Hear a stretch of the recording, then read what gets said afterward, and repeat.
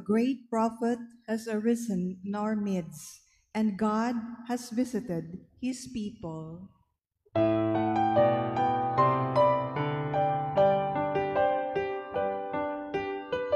Hallelujah, hallelujah, hallelujah. Hallelujah, hallelujah, hallelujah. Hallelujah, hallelujah.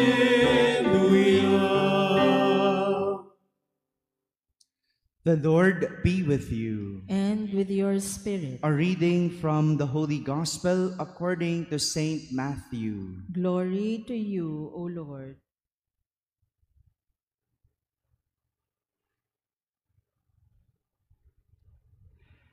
At that time, Jesus withdrew to the region of Tyre and Sidon.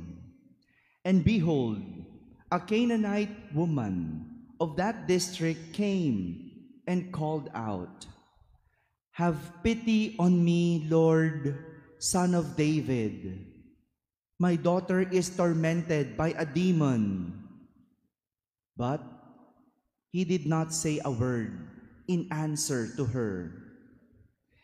His disciples came and asked him, "Send her away, for she keeps calling out after us." He said in reply, "I was sent only to the lost sheep of the house of Israel." But the woman came and did him homage, saying, "Lord, help me." He said in reply, "It is not right to take the food of the children and throw it to the dogs." She said, "Please, Lord, for even the dogs eat the scraps that fall from the table of their masters." Then Jesus said to her in reply, "O woman, great is your faith. Let it be done for you as you wish." And her daughter was healed from that hour. My friends, the Gospel of the Lord. Praise to you, Lord Jesus Christ. Good morning, my dear brothers and sisters. Our Gospel today is about a faith story. A faith story that would also challenge our own faith. We heard in our Gospel, a Canaanite woman was in dire need as she called out to Jesus saying, "Have pity on me, Lord, Son of David. My daughter is tormented by a demon." Sinasapian, pinahihirapan ng demonyo ang kanyang anak na babae. But look at what Jesus did. Instead of attending immediately to the woman, Jesus tested her faith. If we are going to go back to the Old Testament, God tends to test His servants. Madalas, nanunubok ang Diyos. If we could remember the story of Noah, God tested Noah when He asked him to build an ark and to gather all the animals and his family into it. God also tested Abraham. Do you know the story of Abraham? He tested Abraham when he promised to give him a son and asked him to sacrifice his own son Isaac. He tested Abraham. God tested Job. Do you know the story of Job? When God permitted Satan to take away the wealth of Job, to take away his family and his health. In the same manner, Jesus tests the Canaanite woman. First test, Jesus remained silent.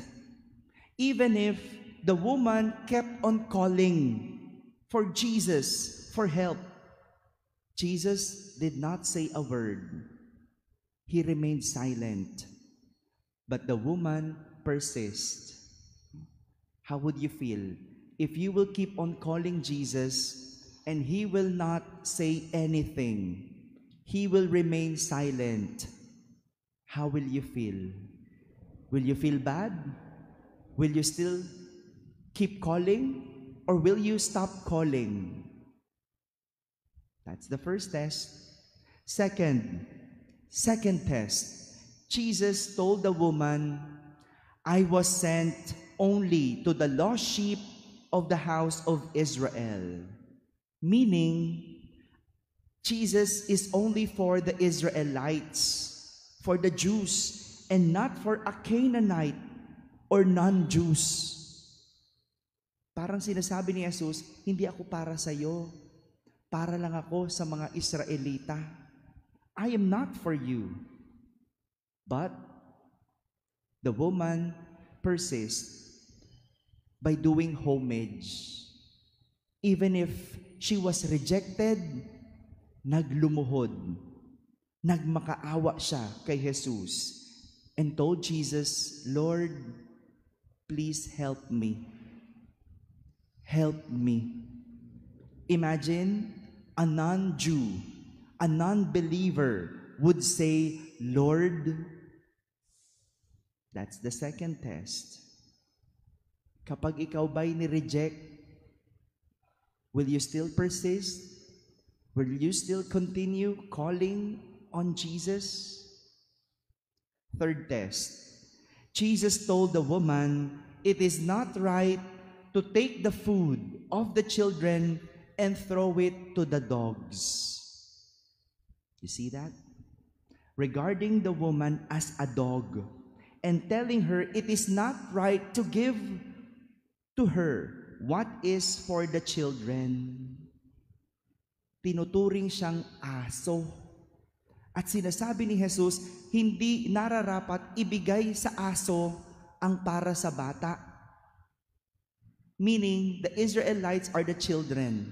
Para sa kanila, yung pagkaing ibibigay. Kung may ibibigay ako sa iyo, dapat sa bata, hindi sa iyo na isang aso. Look at that. Parang minaliit siya. Parang ang baba ng tingin sa kanya. But the woman did not bother being called a dog. As she said, please, Lord, for even the dogs eat the scraps that fall from the table of their masters. Ibig sabihin, kahit aso, kumakain ng mumo o tira-tirang nalalaglag mula sa lamesa ng kanyang amo.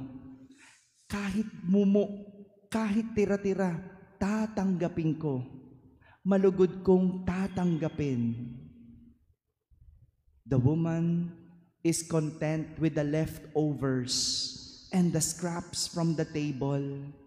She doesn't demand a place at the table.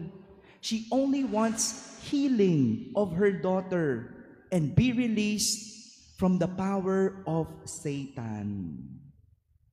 Look at that woman. She did not demand anything. Kahit mumo, tatanggapin. But look at us in our own prayer. Isn't it at times we are too demanding to God? Too demanding to give whatever we want?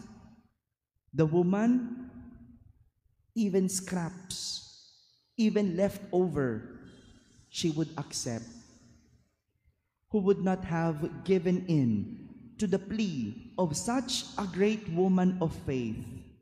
Sino ba naman ang hindi magbibigay sa ganito kalaking pananampalataya ng isang babae? And it's good to look at our own faith. When we are being tested, do we easily give up? Jesus was impressed by the Canaanite woman by her consistently winning over all the tests that were given to her through her faith. My dear brothers and sisters, this is an invitation for us to look at our own faith. May our faith be the answer to all the tests that we will go through in life. Amen.